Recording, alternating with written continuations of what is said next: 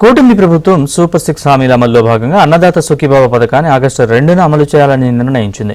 ప్రకాశం జిల్లా దర్శి మండలం వీరాయపాలెంలో ఈ పథకాన్ని ముఖ్యమంత్రి నారా చంద్రబాబు నాయుడు ప్రారంభించనున్నారు. దీంతో రాష్ట్రంలోని 46,85,838 మంది రైతులు లబ్ధి పొందుతున్నారు.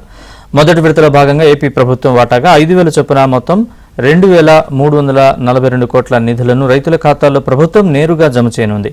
అన్నదాత సుఖీభావ అమలు సన్నద్ధతపై సచివాలయంలో ఆర్థిక, రెవెన్యూ, జలవనరులు, వ్యవసాయ శాఖ ఉన్నతాధికారులతో సమీక్షా సమావేశం నిర్వహించారు. వీడియో కాన్ఫరెన్స్ ద్వారా సమీక్షలో పాల్గొన్న జిల్లా కలెక్టర్లకు ముఖ్యమంత్రి పలు ఆదేశాలు జారీ చేశారు.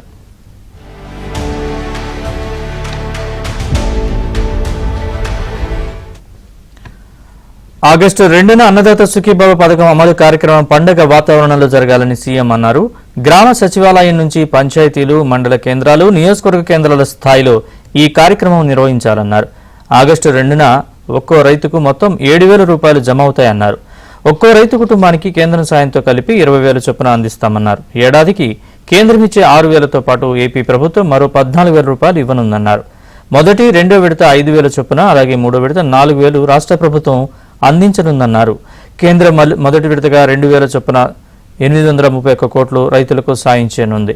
అన్నదాత సుఖీభావ అందుకునే రైతులకు సెల్ ఫోన్లకు ఒకరోజు ముందే మనమిత్ర ద్వారా సందేశాలు వెళ్లాలని సూచించారు.